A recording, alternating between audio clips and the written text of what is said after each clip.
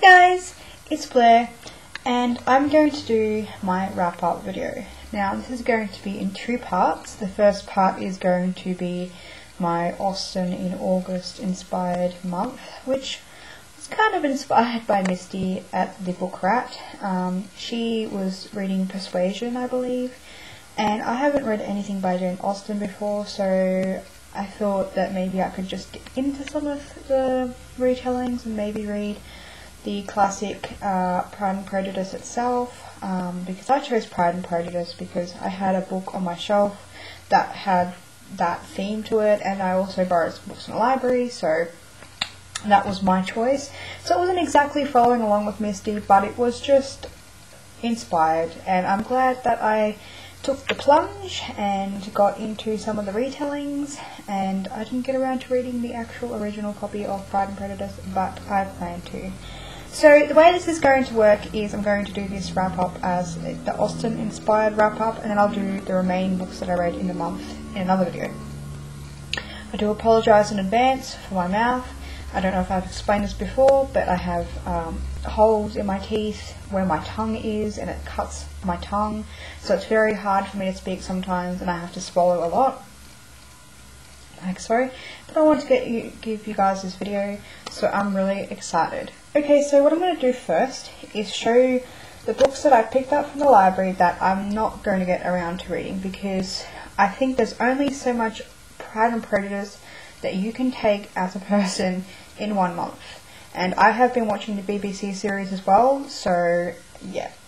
So basically, I did borrow some books from the library, but I'm taking it back obviously. The first one I picked up was Jane Austen's Blood, Persuasion, a novel. She sips tea in the afternoon, drinks blood at night by Jalan Malani.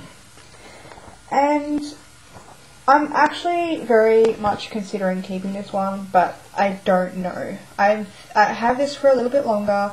I know I'm probably going to take it back, but I'm going to read the first chapter and see if I like it, and then maybe I might keep it. But I don't see myself getting around to reading it anytime soon, but we'll see. I don't think so, but it's always there at the library if I want to read it again. The next one I picked up, but I started but I didn't finish, is because I'm really tired of library copies of books being like this. And I don't know whether it's my house that does it, because my house is extremely cold, but I don't think that my house did that damage. So, yeah, the binding's coming apart. It's an older copy, so I'm not surprised. I really wanted to get into this one. I sort of did, but it wasn't exactly my cup of tea. I do love a good graphic novel, but yeah, this one wasn't exactly my cup of tea, and I don't know why. Maybe because I have a preconceived idea of what I expected them to look like and act like, and when you throw zombies into the mix, which I love, it just didn't feel right for me. So I'm taking it back. I may pick it up eventually in the future. I may actually even get my own copy if I can find one cheap enough, but it wasn't really the best time for me to read it. But I want to show you guys that this is out there if you aren't aware that there is a graphic novel. Also a fairly new book, which again I'm so tempted to keep on my bookshelf, but I don't think I'm going to get around to reading it. But I do know that I will most likely be buying it for my own collection, simply because the cover is so adorable. And I know that I can get this at Target, and I think it's like $15, $16 or something like that. And I'll happily pay for something like that. But yeah, it's so beautiful. It's called Mary Bennet, and it's by Jennifer Payton, and it's Pride and Prejudice and Forgotten Sister. And she is really the Forgotten Sister. From what I watched on the BBC series, it's hilarious. Yeah, Mary is a strange character, and I'm so glad that she's got her own story here. I am really looking forward to reading this one day. Like I said, it's not really I'm just not there yet, but when I am ready to read it, I'll be ready. But I wanted you guys to know that this book is out. It is so cute, and I'll just show you this really cute little part here. That's how, isn't that adorable? But yeah, so that is Mary Bennet by Jennifer Payton. So those are the books that I did get from the library but didn't get around to reading, and I'm going to tell you the books that I did read. So the first book that I read was Pride and Prejudice by Elizabeth Eulberg. I gave this a 4-star rating. It is said to be pretty damn close to the original, and from what I know, it is pretty damn close. It's the story put in a modern day setting, and it makes it fun and quirky, and I think this is kind of like one of those books that pays respects to Jane Austen, rather than completely taking her story and turning it upside down. I think it was cute. I like the characters, not so much Wickham, because he's an asshole in this, but isn't he an asshole in everything else as well? Again, I fell swoon lovey-dovey with Mr. Darcy. I think I kind of have a crush on Mr. Darcy, even though this isn't the original, but yeah, he's kind of cute.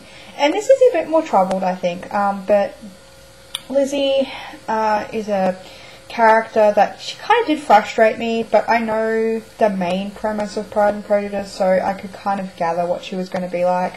Still, it was an enjoyable read. I like the setting. I like that she reads too, and yeah, anything that mentions books in books is a buzzword for me. So there was mentions of different books in here, and just mentions of, you know, Pride and Prejudice itself. It was quite fascinating. But if you guys have read anything by Elizabeth, please let me know. I do know that she has a few books out. I believe Take a Bow is her most recent, and I'd really like to read more, but I'd like to hear some opinions first, whether I should read or should pick up Take a Bow first or go back to her first one. But as an Austen retelling, I found this to be very enjoyable. The other book that I read, I borrowed from the library, and I don't have the book with me, obviously I took it back, but here's a little bit of a picture. Sorry, my toner's gone like crappy, but that's what the cover looks like, and it's by Amanda Grange. I gave this book a 5-star rating because I think mainly when I look back on my rating, it was the first time that I had ever encountered any characters from Pride and Prejudice. I was so scared just picking up this book, considering it had everything that I never thought I would ever read in it, and I ended up loving it. I gave it 5 stars because I really enjoyed getting to know Wickham as a character outside the original book and outside what I've heard of the book before, and also going back into his childhood and kind of getting that experience that, you know, I'm not quite sure you get in the actual original, but from what I've heard of this book, it's quite an enjoyable read, and you kind of get to see Darcy as well and learn about how he feels towards Wickham, and that relationship really was interesting to me, and I wouldn't say it was exactly a fun read, maybe it was a fun read, but it was an enjoyable read, and it was a quick read, and I love the diary format. I am one who just loved journaling format. I'm a journaler at heart, so I love reading historical novels when they take place in the format of a journal. And so if you guys have read this, please let me know. I love a little feather. I also love the character, like the relationship that Wickham had with his mother. His mother was such, I don't know, she's a ditz. She's kind of like hypocritical in some ways, and she's kind of a ditz, and she's like, you know, a man should be such and such, but she was brainwashing him pretty much the most of his childhood to be a certain person, and it was hilarious for me, so I found that hilarious. So yeah, anyway, I'm not very good at describing retelling, so guys, bear with me, but this is definitely one of the books that I would love to actually pick up myself. And I have heard that Amanda Grange has a lot of other books out, so I'm going to try and pick some up. I'd love to have some of my collection as well, because her writing style is actually very enjoyable too. So it flows. Yeah, I'm looking forward to reading something a little bit thicker, but to kickstart my reading and an introduction into Jane Austen's Pride and Prejudice, this one was brilliant.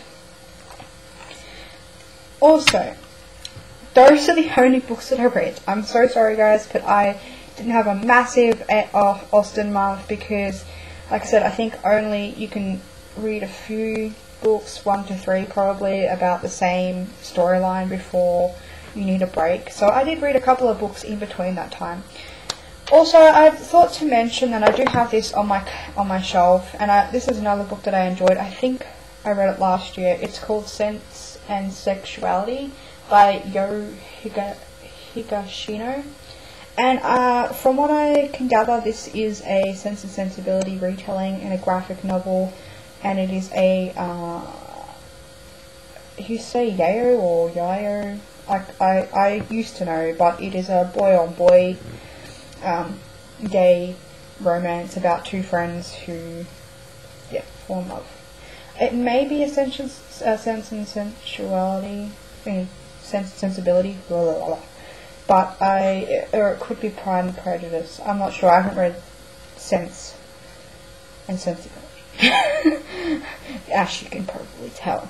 But I thought to give this a mention because it was a really quick book and I loved it. It's cute. It's got its like little erotic moments. It's an adult book probably, or older teenager kind of book. The pictures are really cute too. I really like that style. I'm going to check out if he has any books with Jane Austen inspired themes to them, because I really enjoyed this book. So if you are into graphic novels, check this one out.